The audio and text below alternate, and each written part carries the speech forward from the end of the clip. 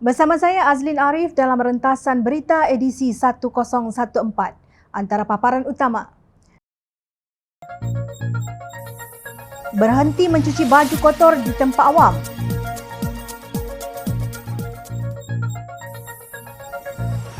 Najib tanya berapa banyak rakyat bayar hutang 1MGB.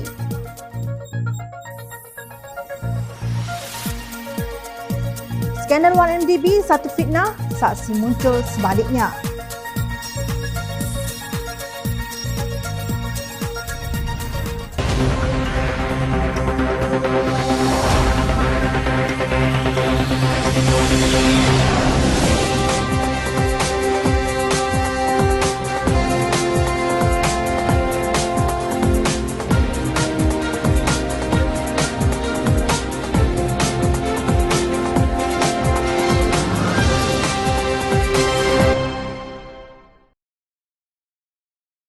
Assalamualaikum dan salam sejahtera.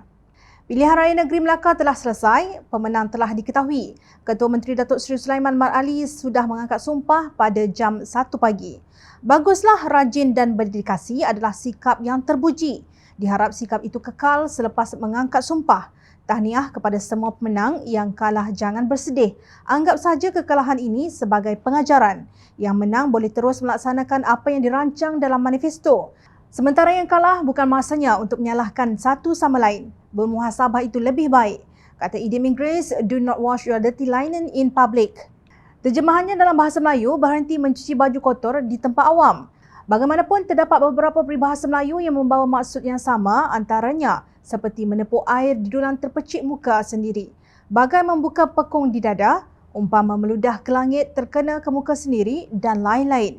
Maknanya elakkan daripada bercakap sehingga mengaibkan ahli keluarga sendiri. Lebih-lebih lagi jika orang yang diaibkan itu ketua keluarga. Itulah budaya warisan Melayu yang dipeturun oleh nenek moyang kita. Adakah sikap ini sesuatu yang mundur sehingga orang Melayu gagal membuat perubahan atau reform? Tiada kesimpulan yang objektif kerana nilai sifatnya kualitatif dan subjektif. Yang mengkritik betul dan yang dikritik juga betul, tetapi mereka betul dalam satu sudut dan khilaf bagi sudut lain. Pengkritik dan yang dikritik keputusan Pilihan Raya Negeri Melaka tidak akan dapat mencapai konsensus jika sudut-sudut yang betul dan yang khilaf itu diletakkan di tempat yang salah. Dalam hubungan ini, kedua pihak yang saling tidak bersefahaman itu mencari pula pemimpin untuk menyokong mereka. Ahli Parlimen Pakatan Harapan Sepang Muhammad Hanif Pamaidin mengaku menerima banyak mesej yang seperti memintanya bersetuju untuk menyalahkan Datuk Seri Anwar Ibrahim kerana kekalahan ke atas Pakatan Harapan, khususnya ke atas semua calon keadilan yang bertanding di Pilihan Raya Negeri Melaka. Secara jujur, bagi saya sesiapa pun berhak mengkritik hatta sepedas mana pun ke atas para pimpinan Pakatan Harapan, termasuk Datuk Seri Anwar Ibrahim akibat kekalahan tersebut. Namun, jika anda tanya pendapat saya, adakah Datuk Seri Anwar Ibrahim wajar disalahkan dan diminta berundur daripada memimpin Pakatan Harapan? Maaf, saya tidak mampu untuk bersetuju dengan anda, sekurang-kurangnya untuk masa kini, katanya dalam satu hantaran di Facebook. Bagaimanapun, dengan nada apologetik, Hanifah berpendapat Anwar ada saham bagi kekalahan Pakatan Harapan dan kesemua calon keadilan di Melaka. Beliau mengingatkan segala keputusan Pakatan Harapan bukan dilakukan oleh pengurusinya seorang sahaja. Setahu saya, Pakatan Harapan sentiasa dipandu atau keputusan kolektif. Maka menyalahkan hanya seorang individu sahaja, sedangkan sebarang keputusan Pakatan Harapan bukan bersifat keputusan tunggal, sebaliknya ianya adalah keputusan kolektif. Bagi saya, maaf cakap, adalah tidak adil. Oleh demikian, dibimbing oleh panduan prinsip dan asas keadilan khususnya di dalam ayat ke-8 surah Al-Ma'idah. Maaf, bagi saya seorang, saya rasa tidak adil untuk hanya menyalahkan Datuk Seri Anwar Ibrahim atas kekalahan Pakatan Harapan hatta keadilan di Pilihan Raya Negeri Melaka. Saya secara peribadi masih merasakan Pakatan Harapan masih perlukan khidmat Datuk Seri Anwar Ibrahim bersama kepimpinan Pakatan Harapan yang sedia ada, tegasnya. Jelas beliau tidak bersetuju dengan desakan supaya Datuk Seri Anwar Ibrahim melepaskan jawatan sebagai pengurusi Pakatan Harapan. Jujurnya, saya juga merasai bahawa jika kita semua pihak benar-benar jujur, kita juga perlu bersikap adil tentang pelbagai bentuk ketidakadilan yang mungkin tidak disedari juga banyak kali dilakukan ke atas Datuk Seri Anwar Ibrahim, katanya. Justru jalan terbaik ialah mencari perdamaian, bukan persengketaan demi menempuh pilihan raya umum ke-15. Satu postmortem yang telus dan jujur perlu diadakan segera dengan mengkaji semua input supaya keputusan yang buruk ini tidak berulang lagi. Ini kerana sudah kedengaran suara-suara daripada pihak yang menang agar pilihan raya umum ke-15 diadakan dengan seberapa segera mungkin pada hujung bulan Disember ini. Agaknya takut berhadapan dengan undi 18 tahun yang kita tidak tahu bagaimana rupa kolamnya nanti. Untuk rekod, pilihan raya di negara ini akan hanya mula menggunakan sistem berkaitan had usia kelayakan mengundi 18 tahun dan pendaftaran pemilih secara automatik bermula Februari tahun depan. Menteri di Jabatan Perdana Menteri Parlimen dan Undang-Undang Datuk Seri Dr. Wan Junaidi Tuanku Jaafar berkata, Suruhanjaya Pilihan Raya SPR akan memastikan perkara membabitkan peraturan dan perundangan bagi pelaksanaan dua perkara itu selesai menjelang 31 Disember tahun ini dan ia sedia digunakan awal tahun depan. Semua pemimpin harus menunjukkan contoh yang baik kepada pengundi muda yang mungkin akan menjadi penentu politik negara di masa hadapan. Bekas Perdana Menteri Datuk Seri Najib Razak menjawab kenyataan Datuk Seri Anwar Ibrahim khususnya berhubung skandal One Malaysia Development Berhad 1MDB. Kononnya Pakatan Harapan telah membuat dua tomahan. Apa yang disebut sebagai tomahan satu, Mahkamah sudah membuat keputusan mengenainya. Biarlah rakyat menilai sendiri penjelasan Najib.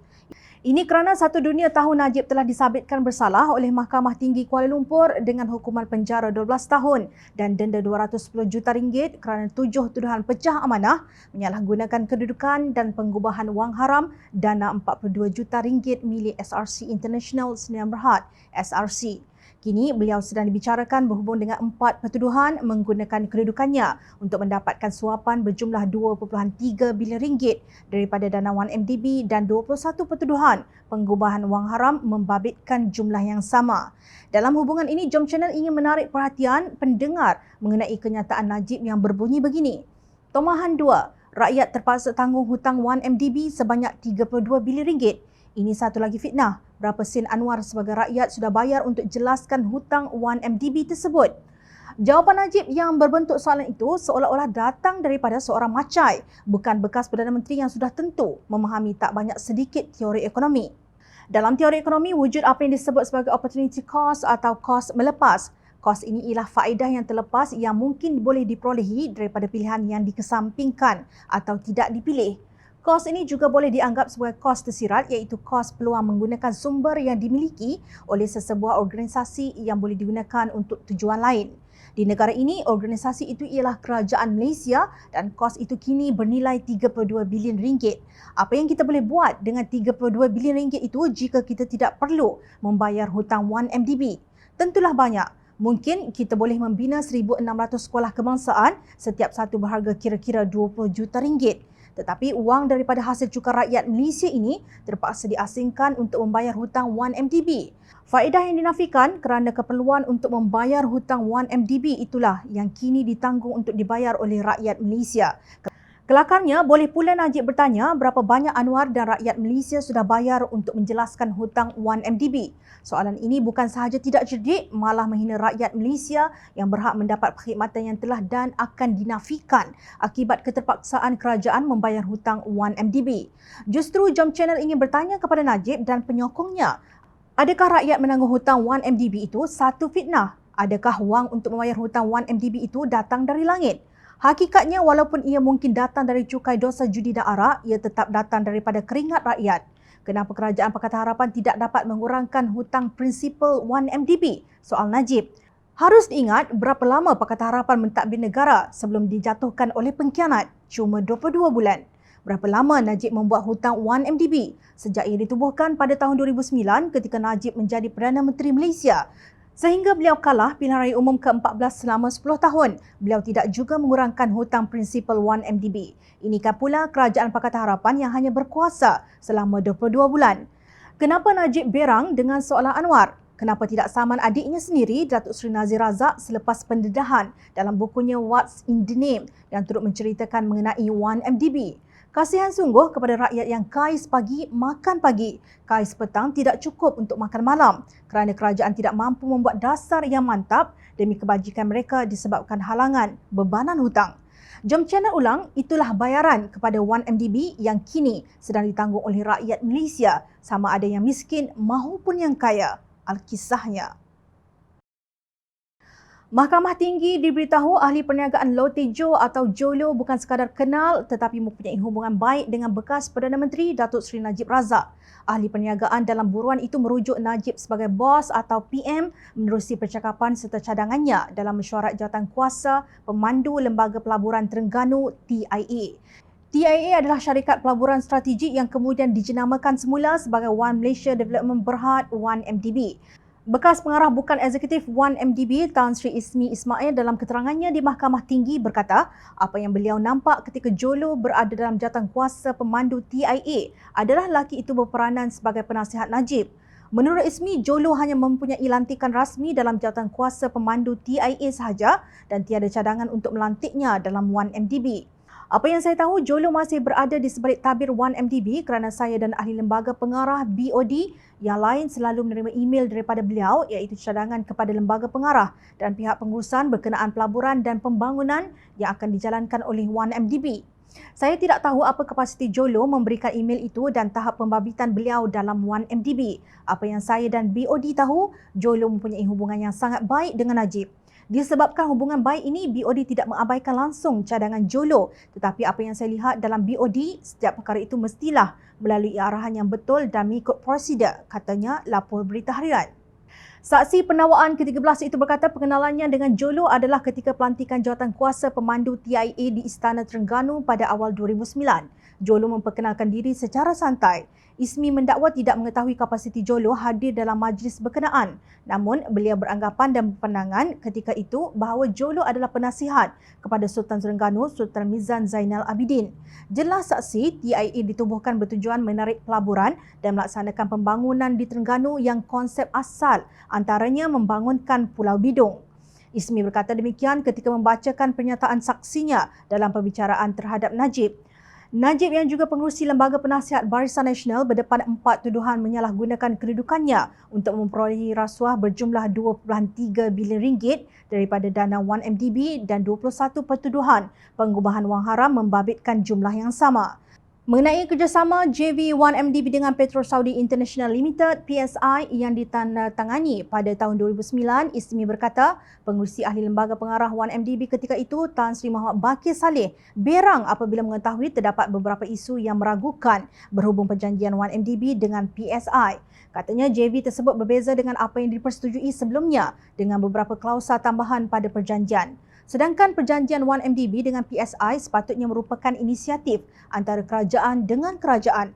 Syarikat 1MDB Petro Saudi Limited terlibat dalam pelaburan 1 bilion US dollar dan PSI melabur sebanyak 1.5 bilion US dollar. Selepas menandatangani perjanjian itu, PSI berkata pelaburannya sebanyak 1.5 bilion US dollar adalah hutang 1MDB kepadanya. Namun sebanyak 700 juta US dollar daripada 1 bilion US dollar tersebut telah dipindahkan ke PSI menerusi syarikat Goodstar yang katanya afiliasi PSI. Sebenarnya Goodstar ialah syarikat milik Jolo. Sebelum itu, saksi pendakwaan ke-10 yang juga bekas Ketua Pegawai Eksekutif CEO 1MDB, Muhammad Hazim Abdul Rahman berkata, Jolo beberapa kali menghadiri mesyuarat yang berjalan di rumah bekas Perdana Menteri itu di Langgak Duta, Kuala Lumpur. Menurut saksi tersebut, Najib tidak pernah memisahkan dirinya dengan Jolo. Jolo adalah orang PM, tegas Hazim. Bagaimanapun, Hazim berkata nama Jolo telah disembunyikan tatkala mesyuarat bersama dengan pihak audit KPMG untuk membincangkan mengenai 1MDB pada 2013. Hazim juga menjelaskan KPMG digugurkan sebagai auditor 1MDB kerana enggan menutup dan menandatangani laporan kewangan tahun 2013. Beliau juga mendakwa dirinya ditekan untuk menukar auditor KPMG dengan auditor lain dan tidak boleh ingkar arahan Najib. Siasatan Jabatan Keadilan Amerika Syarikat DOJ mendapati 1MDB diseleweng untuk membeli hartanah, lukisan, barang perhiasan dan kapal layar. Dakwaan penyelewengan ini mula didedahkan oleh Wall Street Journal pada 2 Julai 2015. Masuk akalkah kenyataan saksi-saksi DOJ serta hartanya dirampas dan laporan WSJ sebagai fitnah Pakatan Harapan ke atas Najib? Jika fitnah, kenapa sampai sekarang Najib tidak failkan saman terhadap WSJ pada Selasa berhubung laporan mengaitkan beliau dalam dakwaan penyelewengan wang dari 1MDB berjumlah 2.6 bilion ringgit? Sudah berapa Selasa yang datang dan pergi? Ingat, rakyat sentiasa memerhati. Teruskan bersama kami di Jom Channel dan layari portaljomchannel.net untuk mendapatkan berita politik tanah air. Saya Azlin Arif, terima kasih. Assalamualaikum dan salam sejahtera.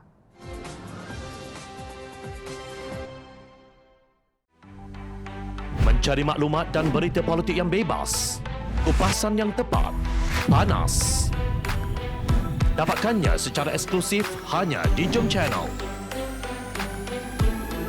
Komitmen kami, rentasan berita Isnin hingga Jumaat.